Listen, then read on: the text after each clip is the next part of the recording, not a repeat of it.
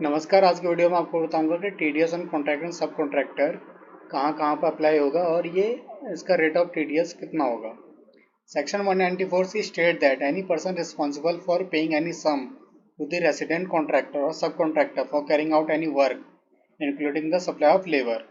Section 194 C जो है वो उसमें जो पेमेंट होगी कॉन्ट्रैक्टर को वो रेसिडेंट कॉन्ट्रैक्टर होना चाहिए। अगर एनआरआई है, नॉन रेसिडेंट है, तो वो इसके अंदर में अप्लीकेबल नहीं होगा। उसके लिए अलग सेक्शन है, सेक्शन 195। उसकी बात कभी बाद में करेंगे। तो भी अगर किसी को भी हम पेमेंट कर रहे हैं रेसिडेंट कॉन्ट्रैक्टर को या सब कॉन्ट्रैक्टर को, जिसको हमने कोई भी वर्क कॉन्ट्रैक्ट दिया या सप्लाई ऑफ लेबर या अगर इस तरह की सर्विस ली है, वो सब टैक्सेबल होंगे सेक्शन 194 सी के अंदर में। अब ये देख लेते हैं कि कौन कौन से किस किस पर ये सेक्शन अप्लाई होगा। सबसे पहले था सेंट्रल गवर्नमेंट और स्टेट गवर्नमेंट। अगर सेंट्रल गवर्नमेंट और स्टेट गवर्नमेंट इस तरह की सर्विस ले रही है तो टीडीएस काटेगी। लोकल अथॉरिटी हो गया, स्टैट्यूटरी कॉरपोरेशन हो गया, कंपनी होगी, कोऑपरेटिव सोसाइटी हो गया, या किसी भी तरह की सोसाइटी जो सोसाइटी रजिस्ट्रेशन एक्ट के अंदर में आती है, या किसी भी तरह का ट्रस्ट हो गया, या यूनिवर्सिटी हो गई, या कोई भी तरह का फर्म हो गया। फर्म यानी पार्टनरशिप फर्म हो सकता है, एलएलपी भी हो सकता है। तो इस तरह के जितने भी हैं ये सब टीडीएस काट सकते हैं अंडर दिस सेक्शन। अगर हम इंडिविजुअल और एचयूएफ की बात करूं, any person who's an individual, HUF, AOP यानी एसोसिएशन ऑफ पर्सन, और BOI body of individual who has total sales from the business or profession exceeds 1 crore or 50 lakh during the previous financial year respectively।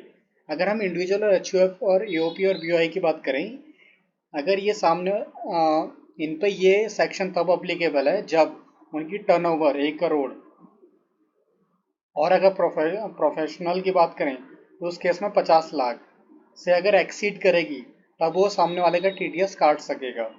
अगर उससे कम के अंदर में तो TDS नहीं काटेगा सामने वाले का। मान लीजिए अगर पिछले साल किसी का टर्नओवर, कोई इंडिविजुअल है जिसका टर्नओवर 1 करोड़ से एक्सीड कर गया, तो इस साल से वो टीडीएस काटना स्टार्ट कर देगा अगर वो इस तरह की सर्विस कोई भी वर्क कॉन्ट्रैक्ट की या सप्लाई ऑफ लेबर की इस तरह की अगर सर्विस लेता है तो। अगर प्रोफेशनल की बात करें, मान लीजिए 55 लाख हो गया, किसी का प्रोफेशनल का टर्नओवर 55 लाख क्रॉस कर गया, तो इस साल से वो टीडीएस काटना चालू करेगा। Work covered under this section, इस सेक्शन के अंदर में कौन कौन से वर्क कवर्ड आते हैं। सबसे पहले वर्क कॉन्ट्रैक्ट, एग्जाम्पल के लिए कंस्ट्रक्शन ऑफ बिल्डिंग, यानी कोई बिल्डिंग वगैरह बनाने का कंस्ट्रक्शन का काम लिया, ब्रिज का, रिनोवेशन ऑफ बिल्डिंग का, रिपेयर ऑफ ऑटोमोबाइल, अगर कोई ऑटोमोबाइल आपने रिपेयर कराया, इस तरह की अगर कोई भी सर्विस ली वो सेक्शन 194 सी के अंदर में कवर्ड होगा। सप्लाई ऑफ लेबर, आपने लेबर सप्लाई किया, मैनकाइंड यानी मैन फोर्स आपने सप्लाई करी। तीसरा एडवर्टाइजिंग कॉन्ट्रैक्ट, आपने कोई एडवर्टाइजिंग सर्विस दी है, वो कवर्ड होगा इस तरह के 194 सी के अंदर में। Carriage of goods and passenger by any mode of transport other than railway, आपने कोई गुड्स और पैसेंजर्स को आप कैरेज करने का यानी एक जगह से दूसरी जगह पहुंचाने का काम करते हैं रेलवे के अलावा, कि अगर कोई भी ट्रांसपोर्ट से यानी बस से या कोई और रिक्शा वगैरह से किसी से भी आप ट्रांसपोर्टेशन की सर्विस देते हैं तो इसके अंदर में आएगा। केटरिंग की सर्विस, मान लीजिए अगर अपने बिजनेस वगैरह के लिए आप केटरिंग की सर्विस ले रहे हैं तो आप ये केटरिंग की जो भी सर्विस आएगी वो सेक्शन 194 सी के अंदर में आ जाएगी, कवर्ड होगी। अब टीडीएस किस किस पे काटना है हमें, यानी कौन से अमाउंट पे काटना है। अब ऐसा तो है नहीं कि कोई भी अमाउंट पे आपने मान लीजिए 1,000 रुपये की सर्विस ली, मान लीजिए कोई केटर आपका बिजनेस चलता है और आपने कोई बिजनेस के लिए केटरिंग की सर्विस ली 1,000 रुपये की, आपने कुछ काम करवाया 1,000 का इस तरह का, या 1,000 रुपये का मान लीजिए कोई एडवर्टाइजिंग करवाया। अब ऐसा तो नहीं है कि 1,000 का करवाया या 500 करवाया या 5,000 का करवाया आपने टीडीएस काटना चालू कर दिया, ऐसा नहीं है। उसकी भी एक लिमिट है। तो लिमिट कितनी है, the amount of consideration on of the contract in respect to which payment is made should not less than ₹30,000। अगर सामने वाले ने आपको इस तरह की सर्विस दी है और 30,000 रुपये से अगर कम की है तो आपको टीडीएस नहीं काटना है। अगर 30,000 रुपये से एक्सीड करेगा तो आपको टीडीएस काटना है अंडर दिस सेक्शन। और पूरे साल की अगर मैं बात करूं फाइनेंशियल ईयर की, तो एग्रीगेट जो अमाउंट है वो 1 लाख एक्सीड करनी चाहिए। सिंगल बिल लिया आपने, वो 30,000 एक्सीड करेगा तो टीडीएस काटोगे। अगर 30,000 एक्सीड नहीं कर रहा है तो आप टीडीएस नहीं काटना है आपको, कोई कंपलसरी आप पे नहीं है। और अगर मान लीजिए छोटे छोटे बिल देता है आपको कोई सर्विस के इस तरह के, और पूरे साल में सबको मिला के 1 लाख से ऊपर हो रहा है, तो आपको टीडीएस काटना है अंडर दिस सेक्शन। मान लीजिए कोई छोटे छोटे बिल है, मान लीजिए 2-2 हज़ार रुपये का आपको इस तरह के सर्विसेज की बिल मिल रहे हैं, और पूरे साल में वो 90 लाख रुपए हुए, सॉरी 90,000 हुआ, तो आपको टीडीएस काटना कंपलसरी नहीं है। क्यों? क्योंकि पूरे साल में 1 लाख रुपए एक्सीड नहीं करा, और कोई भी जो सिंगल बिल है वो 30,000 रुपये से भी नहीं ऊपर नहीं है, सब 30,000 से नीचे के हैं, तो आपको कोई कंपलसरी नहीं है इस पर टीडीएस काटना। अगर सिंगल बिल कोई 35,000 का है तो आपको टीडीएस काटना है।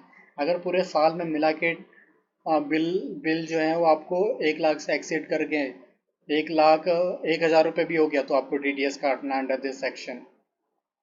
अब देखते हैं टीडीएस जो काटना है वो कितने परसेंट का काटना है। अब यहाँ पे अगर सामने वाला आपको पैन कार्ड नहीं देता है, या सामने वाले का पैन एक्टिव नहीं है, तो आपको सीधा फ्लैट रेट 20% का आपको टीडीएस काटना है। भले ही सामने वाला कोई भी हो, चाहे कोई कंपनी हो, फर्म हो, या ट्रांसपोर्टर हो, या इंडिविजुअल हो, आपको 20% का टीडीएस काटना है उसके ऊपर।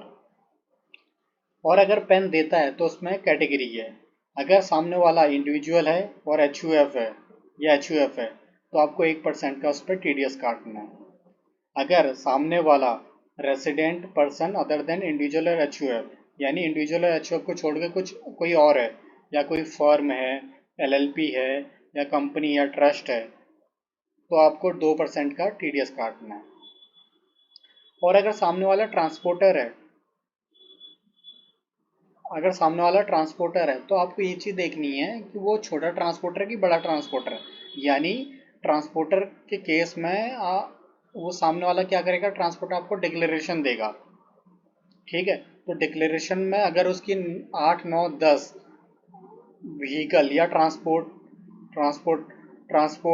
ट्रांसपोर्टेशन जो है उसके इससे कम है, तो आपको उस पर कोई टीडीएस नहीं काटना, नील का है, वो एग्जेम्प्ट है इस पर। अगर सामने वाला डिक्लेरेशन इस तरह का नहीं देता है, तो आपको आपको सीधा 2% काटना है फिर उसके ऊपर।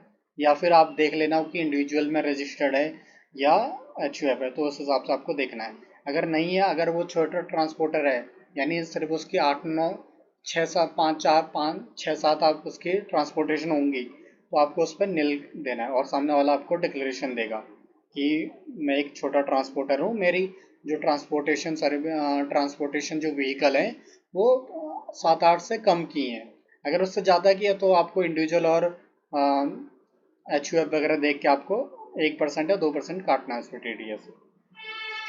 अब एक एग्जांपल ले लेते हैं। As an individual with turnover 2.5 crore. एक इंडिविजुअल है जिसका टर्नओवर 2.5 करोड़ की हो रही है। A tax advertising service from B. B is a private limited company. Advertising service bill dated 3 July 2024. Taxable amount 31,000, GST 18%, 5580 का है, और टोटल इनवॉइस जो है उसका 36,580 का बना।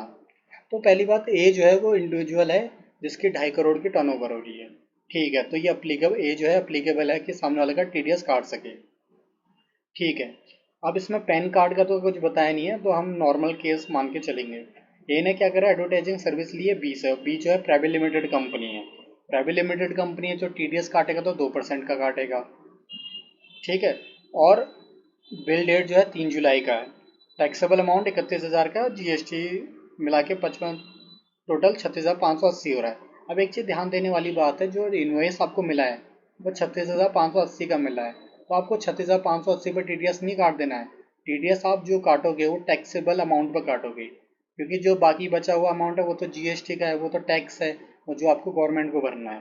तो टीडीएस इस पर 2% लगेगा। 2% क्यों? क्योंकि जो बी है वो प्राइवेट लिमिटेड कंपनी है, तो 2% 31,000 काटेंगे तो 620 होगा। तो 620 जो है आपको जमा करना है 194C के अंदर में, और ये जो आपको जमा करना है वो 7 अगस्त से पहले करना है, क्योंकि जो डिपॉजिट की टाइमिंग डेट होती है वो हमेशा ध्यान रखना 7 तारीख होती है अगले महीने की। वैसे तो 30 से 31 महीने का हिसाब से आपको उसमें जमा करना है, लेकिन जो 7 तारीख है वो ग्रेस का मिला होता है। मान लीजिए जैसे जुलाई का महीना है, तो जुलाई 30 या 31 जो भी होगा, आपको हमेशा लास्ट डेट बनने की होती है। 30 या 31 महीने के ऊपर होता है। अगर 30 का महीना हुआ तो 30 को जमा करना है, अगर 31 का महीना हुआ तो 31 को जमा करना है। और जो 7 तारीख जो एक्स्ट्रा मिले होते हैं, ये ग्रेस पीरियड होता है। अगर इसके अंदर अंदर में जमा कर लोगे तो आपको कोई इंटरेस्ट वगैरह नहीं देना है। अगर मान लीजिए 7 के बाद अगर आप जमा करोगे तो आपको 1.5% का इंटरेस्ट देना है। अगर 8 तारीख को भी करोगे तो आपको उसका इंटरेस्ट काटना है, तब जाके आप जमा करोगे। तो यहीं तक ये रखते हैं। ये सेक्शन मैंने आपको बता दिया 194C।